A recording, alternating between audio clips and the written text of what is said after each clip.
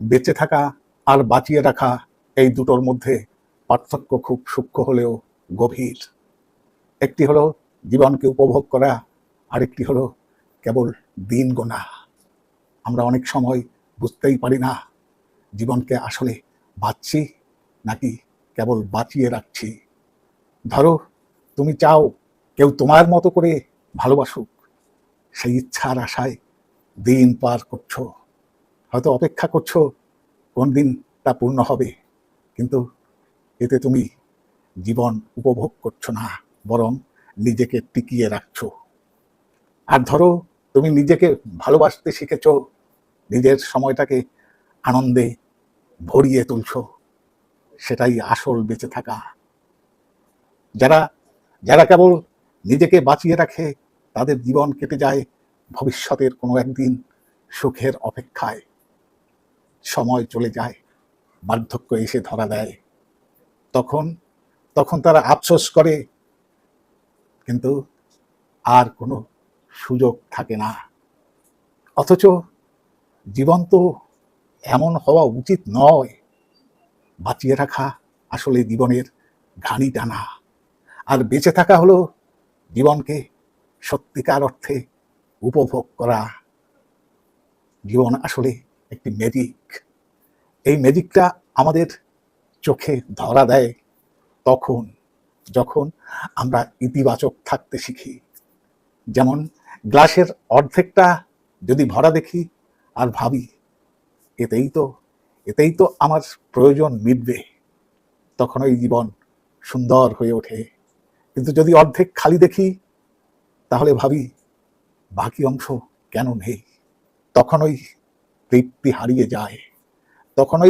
হারিয়ে যায়। জীবনের প্রতিটি মুহূর্ত একটা সুযোগ।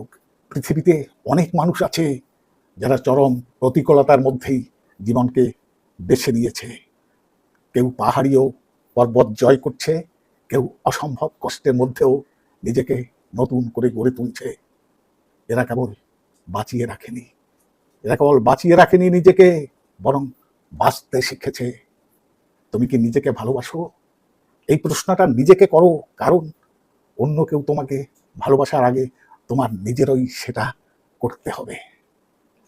পৃথিবীর সবচেয়ে সুন্দরী মেয়ে ঐশ্বরিয়া রায়, কিংবা সবচেয়ে সুদর্শন ছেলে লিওনার্দো ডি ক্যাপ্রিও, তারাও বহুবার হৃদয়ভঙ্গের শিকার হয়েছেন, কিন্তু তারা থেমে থাকেনি। তারা জীবনের ঝুঁকি নিয়েছে, ব্যর্থতাকে স্বাভাবিকভাবে মেনে নিয়েছে। এটাই আসল জীবন। এই জীবনে সময় খুব অল্প। কালই যেন স্কুলে গিয়েছিলে, আজ হঠাৎ দেখবে বয়স কত বেড়ে গেছে।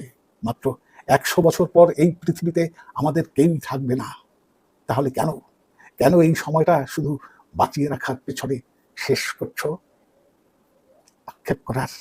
আক্ষেপ করার বদলে রিস্ক নাও। যা করতে চাও করো, ভুল করো, ব্যর্থ হও, তবুও বাঁচো। কারণ জীবনের আসল সৌন্দর্য লুকিয়ে আছে বেঁচে থাকার মধ্যেই, বাঁচিয়ে রাখার মধ্যে নয়। ছিল না কোনো দিন। আজ এই পর্যন্ত, আবার দেখা হবে পরবর্তী কোনো এপিসোডে। ততক্ষণ ভালো থেকো, সুস্থ থেকো, লক্ষ্য রেখো রাত্রির সংলাপে। ধন্যবাদ।